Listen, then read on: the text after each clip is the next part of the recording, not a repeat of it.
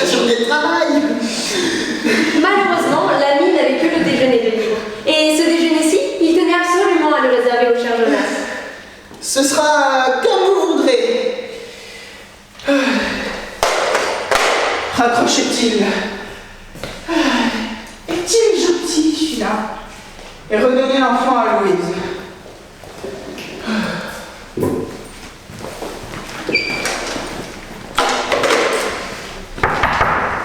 D'autres fois, ses nouveaux amis lui faisaient visite. Raton, lui, ne viendrait qu'après le dîner. Hein. Il était dans son bureau toute la journée, et puis il savait très bien que les artistes travaillent à la lumière du jour. Mais les nouveaux amis de Jonas appartenaient presque tous à l'espèce artiste ou critique. Les uns avaient peint, d'autres allaient peindre, et les derniers s'occupaient de ce qui avait été peint ou le serait. Tous certainement plaçaient très haut les travaux de l'art. Ils se plaignaient de l'organisation du monde moderne qui rend si difficile le travail et l'exercice nécessaire à l'artiste de la méditation. Ils s'en plaignaient les après-midi durant, suppliant Jonas de continuer de travailler, de faire comme s'il n'était pas là. Leur bonne humeur était si réelle qu'ils ont oublié l'heure du repas. Mais les enfants, eux, avaient meilleure mémoire. Ils accouraient, se mêlaient à la société, étaient pris en charge par les visiteurs, sautaient de genoux en genoux, ils hurlaient, La lumière déclinait enfin sur le carré de ciel, dessiné par la cour. Jonas posait ses pinceaux. Il ne lui restait plus qu'à inviter ses amis à la fortune du pot et à parler un peu tard dans la nuit de l'art, bien sûr, des artistes sans talent, plagiaires ou intéressés qui n'étaient pas là. Mais Jonas, lui, aimait à se lever tôt pour profiter des premières heures de la lumière. Et il savait que ce serait difficile, que le déjeuner ne serait pas très à temps et que lui-même serait fatigué. Mais il se réjouissait d'apprendre en soi tant de choses qui pouvaient lui manquer d'être profitables. Quoique, de manière invisible, dans son art, en art, comme dans la nature, rien ne se perd. C'est un effet de l'étoile. Aux amis se joignaient maintenant les disciples. Jonas faisait maintenant école. Il en fut d'abord surpris, ne voyant pas ce qu'on pouvait apprendre de lui, qui avait tout à découvrir. L'artiste en lui marchait dans l'ombre. Comment aurait-il enseigné les vrais chemins? Eh bien, il comprit assez vite qu'un disciple n'est pas forcément quelqu'un qui aspire à apprendre quelque chose. Bien souvent, au contraire, on se faisait disciple pour le plaisir désintéressé d'enseigner son maître. Dès lors, il put accepter avec humilité ce surcroît d'honneur. Les disciples de Jonas lui expliquaient donc longuement ce qu'il avait peint et pourquoi. Jonas découvrit ainsi dans son œuvre beaucoup de choses qui le surprenaient un peu. Et beaucoup de choses qu'il n'avait pas mises.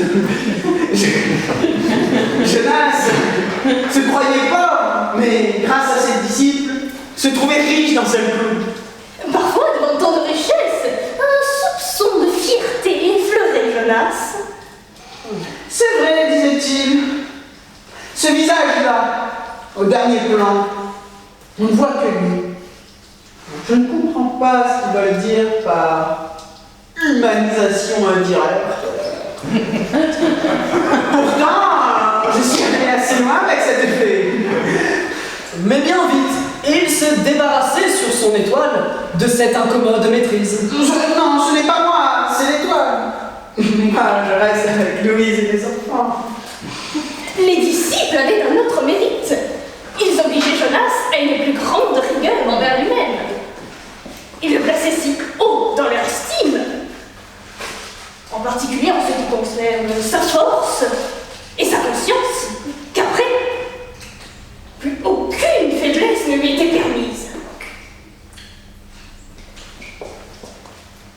Il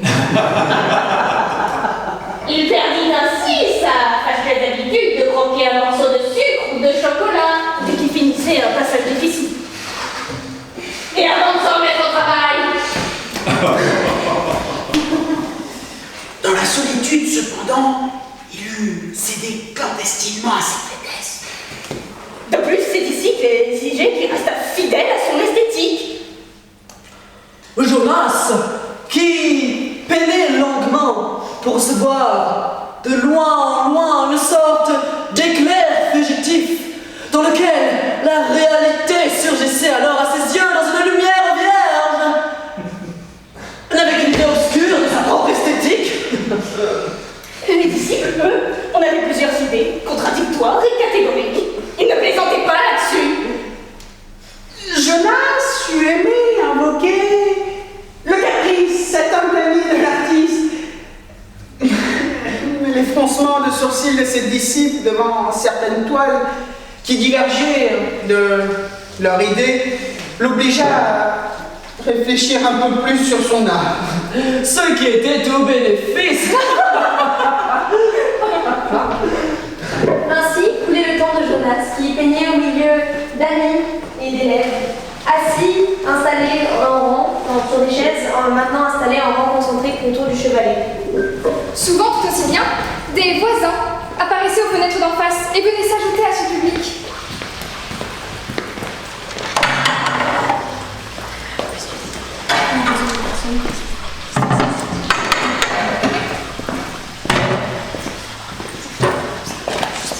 Excusez-moi, vous voulez participer à un cours de Monsieur Jonas? Allez, venez. Voilà.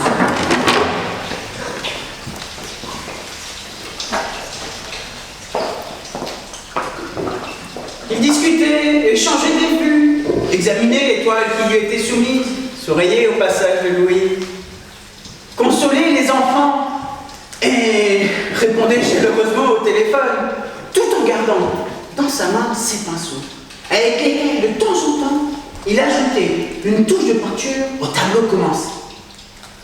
Louise, de son côté, s'inquiétait de la croissance des aînés et de l'étroitesse de leur chambre. Elle proposa alors à Jonas de les installer dans la grande pièce, masquant leur lit par des paravents, et d'installer le plus jeune dans la petite pièce où il ne serait pas réveillé par le téléphone. Jonas pourrait faire de la petite pièce son atelier, puisque le nouveau-né ne prenait aucune place. Et la grande servirait alors aux réceptions de la journée. Jonas pourrait aller et venir travailler ou voir ses amis, sûr qu'il était d'être compris dans son besoin d'isolement. De plus, la nécessité de coucher les grands-enfants permettrait d'écouter les soirées. Super, dit Jonas. Après réflexion. De plus, dit Louise, si tes amis partent plus tôt, nous pourrons peut-être nous voir un peu plus. Jonas la regarda. Une ombre de tristesse passait devant le visage de Louise. Ému, il la prit contre lui, l'embrassa avec toute sa tendresse, et pendant un instant, ils furent heureux, comme au début de leur mariage. Oh. Sa réputation par chance grandissait d'autant plus qu'il travaillait moins. Chaque exposition était célébrée d'avance. Il est vrai qu'un certain nombre de critiques, parmi lesquels 2 des visiteurs habitués de l'atelier, tempéraient de quelque chaleur les nouvelles critiques. Mais les disciples compensaient au-delà ce petit malheur. Bien sûr, affirma ces derniers avec force, il mettait au-dessus de toutes les peintures chaque période. Et les révolutions se préparaient d'ailleurs. Jonas se reprochait le léger agacement qui lui venait à chaque fois qu'on exaltait ses premières heures, mais remerciait avec effusion. Seul, rate au poignet. Droit de pistolet. Il t'aime en statue, immobile, avec défense de vivre. Tu ne comprends pas. Toi, tu aimes tout ce que je fais. Mais parbleu, ce ne sont pas tes toiles que j'aime, c'est ta peinture. Louise était de plus en plus mobilisée par les enfants et s'épuisait à faire tout ce que lui-même aurait pu faire en d'autres circonstances. Il en était malheureux. Lui travaillait pour son plaisir. Elle avait la plus une mauvaise part du travail. Il s'en rendait surtout compte lorsqu'elle était aux courses. Le téléphone! Criait l'aîné, et Jonas rendait là son tableau pour y revenir le cœur au fait, avec une invitation supplémentaire. C'est pour les gosses! Criait l'employé.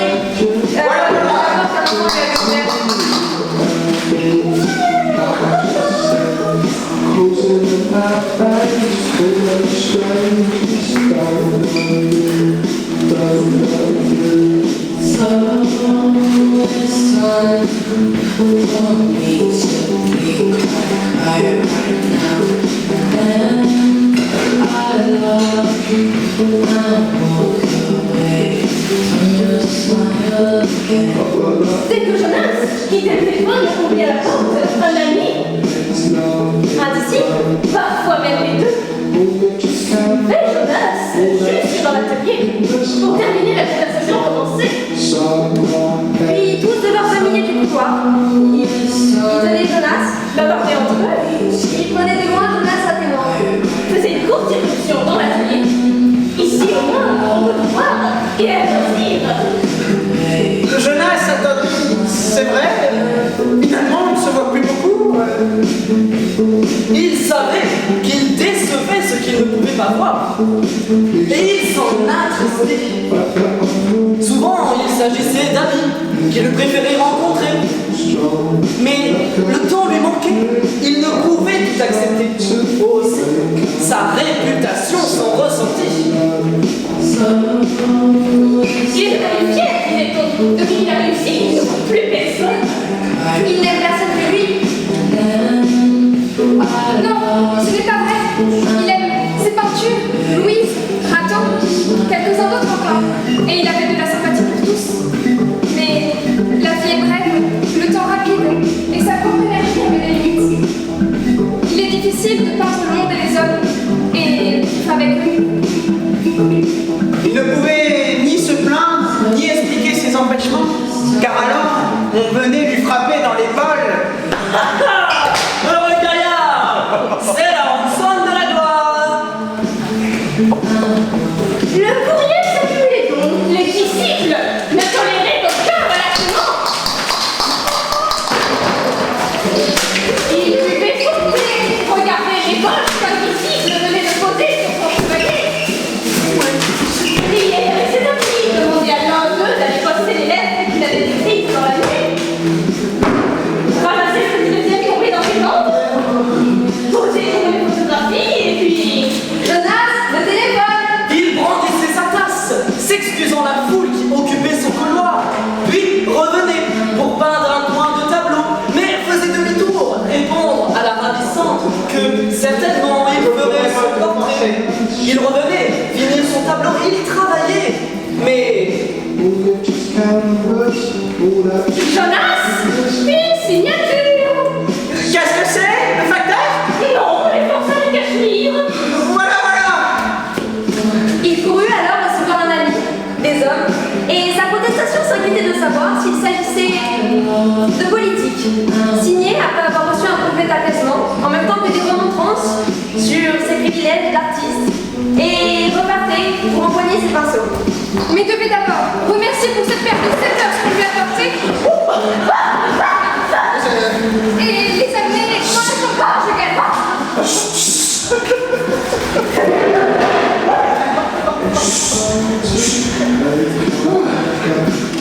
Revenez pour accepter l'invitation de la donatrice et repartez au puits de Louise pour constater sans doute que possible que les éthers n'auraient pas été élevés à vivre en appartement. On est allé alors dans la salle de douche, et il criait à tout le monde de verser des pinceaux, alors que plus les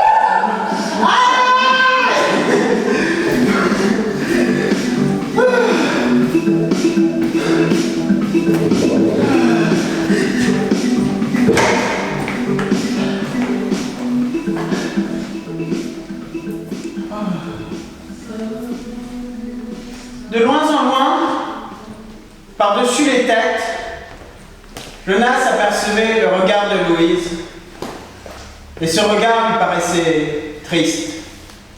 la fin du jour arrivait enfin. Des visiteurs prenaient congé, mais d'autres s'attardaient dans la grande pièce, où ils regardaient avec attention attendrissement Louise, qui couchait les enfants. Aidée gentiment par une élégante à chapeau, qui se désolait de devoir repartir bientôt dans son hôtel particulier, où la vie était tellement moins intime et chaleureuse que chez les Jonas.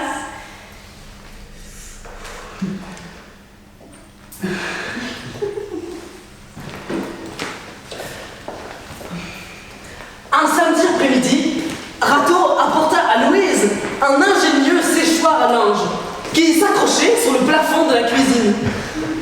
Mais s'y trouva l'appartement bondé et au milieu de la grande pièce, entouré de connaisseurs, Jonas, qui peignait la donatrice au chien, mais était lui-même peint par un artiste officiel. Celui-ci, selon lui, exécutait une commande de l'État. Ce sera l'artiste au travail. Rato s'isola dans un coin de la pièce, observant son ami visiblement lui-même absorbé par son effort. Un connaisseur que Rato ne connaissait pas se pencha vers lui. Ah, il a bonne mine. Rato ne répondit pas. Hé, vous peignez vous aussi? Moi aussi. Et je vous le dis, hein, il baisse. Il baisse? Eh oui, c'est le succès. Ne survit pas un tel succès. Il est fini.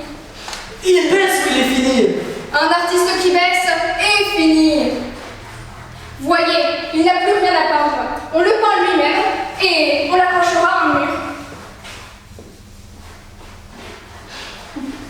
Plus tard, dans la nuit, dans la chambre conjugale, Louise, Rato et Jonas, celui-ci debout, les deux autres assis sur un coin du lit, se taisaient.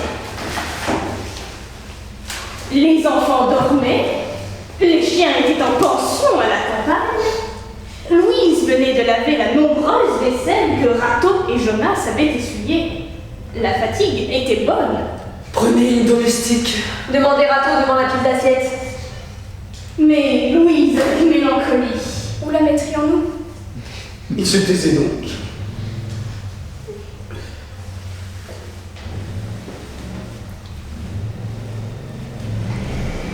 Tu es content? Demanda soudain Rato. Jonas sourit, mais il avait l'air là. Oui, tout le monde est gentil avec moi. Non, dit Rato. Ils ne sont pas tous beaux. Qui? Tes amis peintres, par exemple? Je sais, disait Jonas. Mais ils ne sont pas sûrs d'exister. Même les plus grands. C'est pour ça qu'ils cherchent des preuves. Ils jugent, ils condamnent. Ça les fortifie. C'est un commencement d'existence. Ils sont seuls. Crois-moi, je les connais, il faut les aimer. Et toi? Tu existes donc? Tu ne dis de mal de personne? Oh, j'en pense souvent du mal. Seulement, j'oublie. Non, je ne suis pas sûr d'exister. Mais un jour, j'existerai. J'en suis sûr. Tu es trop bête. Ils ne t'aiment pas. Il m'aime un peu. Un peu d'amour. C'est beaucoup. Qu'importe comment on l'obtient. Il continuait donc de parler, d'écrire des lettres, de peindre. De loin en loin, il peignait surtout le Le dimanche, dimanche après-midi. quand les enfants sortaient avec Louise et Rose. Le soir, Le soir, il se réjouissait d'avoir continué le tableau commencé. À l'époque, il faisait des ciels bleus. Mais le jour où le marchand lui fit savoir qu'en vue de la diminution sensible des ventes, il serait obligé de Réduire sa mensualité. Jonas l'approuva. Mais Louise montra de l'inquiétude. Le lendemain, il se promena longuement dans l'appartement et réfléchit au lieu de peindre. Un critique, tout échauffé, vint lui montrer un article. Si long qu'il ne l'aurait pas lu autrement, dans lequel il apprit que sa peinture était à la fois Surfaite et périmée. Le marchand? S'inquiétait de savoir, non, s'inquiétait et l'appelait pour lui dire son inquiétude devant les cours. Courbe des ventes. Mais Jonas continuait à réfléchir et à rêver. Il dit aux disciples que l'article avait duré, mais qu'il lui restait encore de nombreuses années devant lui pour y remédier. Il dit aux marchands qu'il comprenait son inquiétude, mais qu'il ne la partageait pas, car il avait un projet nouveau, neuf, quelque chose de frais, tout allait recommencer. En disant ces mots, il savait qu'il disait vrai, car son étoile était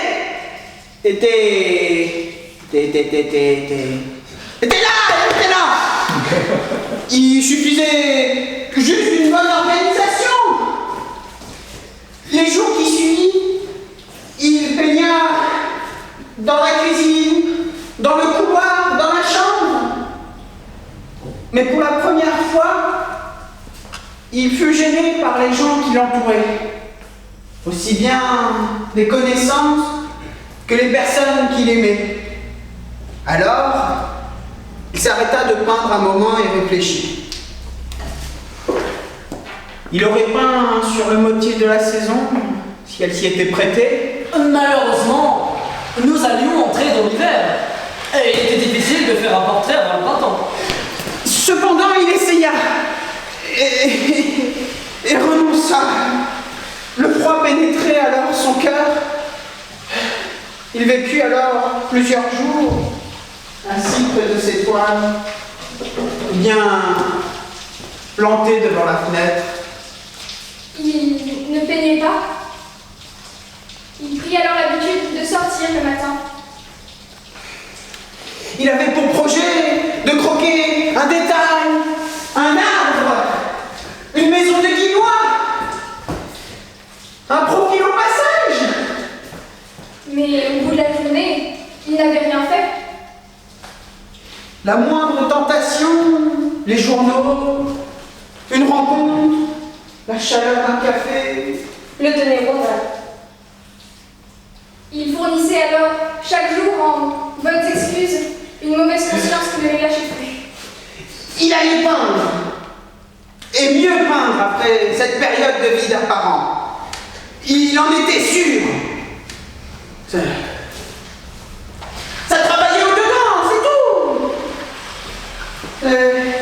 Son étoile allait ressortir d'un réel neuf, étincelante de ce brouillard obscur.